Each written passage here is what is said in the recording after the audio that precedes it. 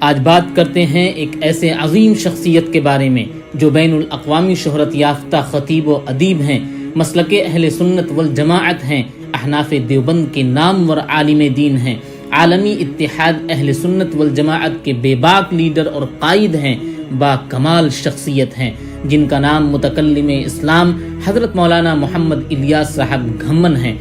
حضرت مولانا الیاس صاحب گھمن کی پیدائش سن 1969 میں سرگودھا شہر کے نواحی علاقے میں ہوئی۔ آپ کے والد ماجد کا نام حافظ شیر بہادر گھمن تھا۔ مرحوم انتہائی نیک طبیعت کے مالک تھے، عقائد و نظریات میں حد درجہ پختگی رکھتے تھے۔ آپ کے خاندان کی سیاسی اور سماجی حیثیت بہت اچھی ہے۔ آپ کے دادا چودھری فتح محمد گھمن اپنے علاقے کے رئیس تھے، وہاں کے لوگوں کے درمیان فیصلے فرماتے اور انتظامی امور خود حل فرماتے۔ اس وقت جہاں آپ نے ادارہ مرکز اہل سنت والجماعت بنایا ہوا ہے، یہ زمین نمبرداری کا رقبہ کہلاتی ہے۔ آپ کے کل 5 بھائی تھے، جن میں 4 ابھی حیات ہیں، جبکہ سب سے بڑے بھائی یوسف سن 1995 میں انتقال کر گئے۔ آپ نے پرائمری تک اپنے گاؤں میں ہی رہ کر پڑھا۔ مڈل کی فراغت کے بعد آپ نے اپنے والد حافظ شیر بہادر صاحب رحمۃ اللہ علیہ سے حفظ قرآن شروع کیا۔ 17 پارے والد صاحب کے پاس پڑھے اور اس کے بعد ضلع گوجران والا میں شیخ الحدیث حضرت مولانا محمد سرفراز خان صفدر رحمۃ اللہ علیہ کے ہاں چلے گئے۔ وہاں قاری محمد عبداللہ کشمیری صاحب کے پاس مکمل قرآن حفظ کیا۔ درس نظامی کے ابتدائی درجات درجہ اولا سے درجہ ثالثہ تک جامعہ بنوریا سائٹ ایریا کراچی میں پڑھے اور درجہ رابعہ، خامسہ اور سادسہ جامعہ امدادیہ فیصل آباد میں، درجہ موقوف علیہ کی ابتدائی 2 ماہ جامعہ خیر المدارس ملتان میں، جبکہ باقی سال جامعہ علوم شرعیہ ساہیوال میں مکمل کیا۔ دور حدیث شریف کے لیے جامعہ اسلامیہ امدادیہ فیصل آباد تشریف لے گئے۔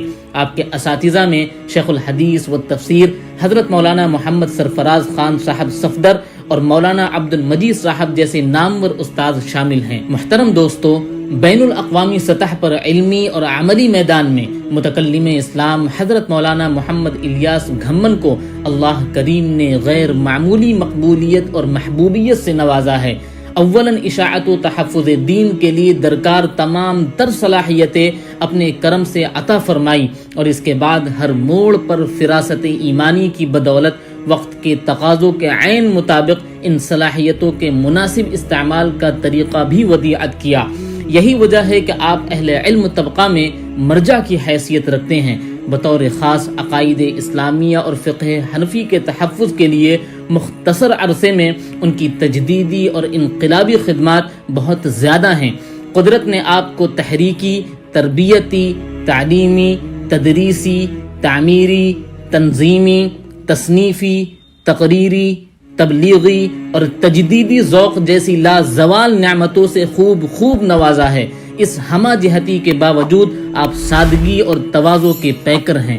آپ کی مسلکی محنت، عقائد و نظریات، اساسیات اسلامیہ کا تحفظ، حرمت قرآن، سنت اور اس کی پاسداری، خدمہ نبوت، صحابہ اور اہل بیت رضوان اللہ علیہم اجمعین کا دفاع، فقہائے ملت خصوصاً حضرت امام ابو حنیفہ رحمۃ اللہ علیہ کی پاسبانی، اکابرین امت خصوصاً علماء دیوبند، علم و دیانت کی پہرے داری اور مسلک اہل سنت والجماعت کی فروغ، اشاعت اور نفاذ کی کوششیں آپ کی زندگی کا مقصد اور حرز جان ہیں۔ اس سلسلے میں قید و قفس کی صعوبتیں اور پریشانیاں، ایام اسارت کی مشکلات، قاتلانہ حملے اور اہل باطل کے منفی پروپیگنڈے، سب کچھ آپ نے برداشت کیا ہے۔ مولانا الیاس صاحب گھمن زمانے طالب علمی ہی سے نہایت بیدار مغز، ذہین، معاملہ فہم، باصلاحیت، ہونہار اور قائدانہ صلاحیتوں کے مالک تھے۔ ان صلاحیتوں کی بدولت اپنے ہم عصر ساتھیوں میں امتیازی مقام رکھتے تھے۔ ایک عرصے سے علمی، عملی اور روحانی خدمات میں مگن ہیں۔ میں اپنی معلومات کی حد تک بجا طور پر یہ بات کہہ سکتا ہوں کہ پچھلے 6 عشروں میں اسلامی تحریکات کے کسی بھی قائد نے اس قدر عوامی اجتماعات سے خطاب نہیں کیے ہوں گے جتنے اس عظیم انسان نے کیے۔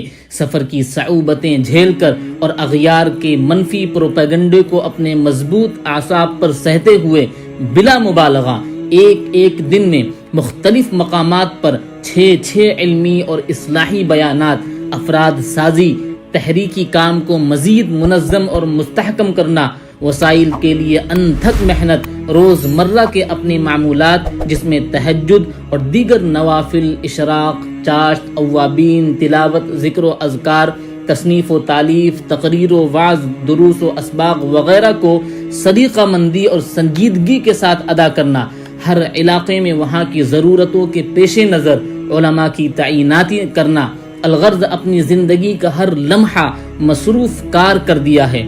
اس جہد مسلسل اور لگن کا نتیجہ ہے کہ آپ نے ایک مضبوط جماعت تیار کی ہے جو مختلف دین کے شعبے میں ہماتن مصروف عمل اور آپ کی دست بازو بنی ہوئی ہے، اور آپ کے تلامذہ اور فیض یافتگان کا ایک بہت بڑا طبقہ بر صغیر اور بیرون ممالک میں موجود ہے جو آپ کے مشن کو سارے عالم میں پھیلانے کی تگ و دو میں پروانہ وار بڑھ رہا ہے۔ دعا ہے کہ اللہ تعالی حضرت مولانا الیاس گھمن صاحب کو اور آپ کی جماعت کو اور آپ کے ادارے اور ارادے کو اپنے کرم سے مزید قبولیت بخشے اور اس کا نفع عام فرمائے۔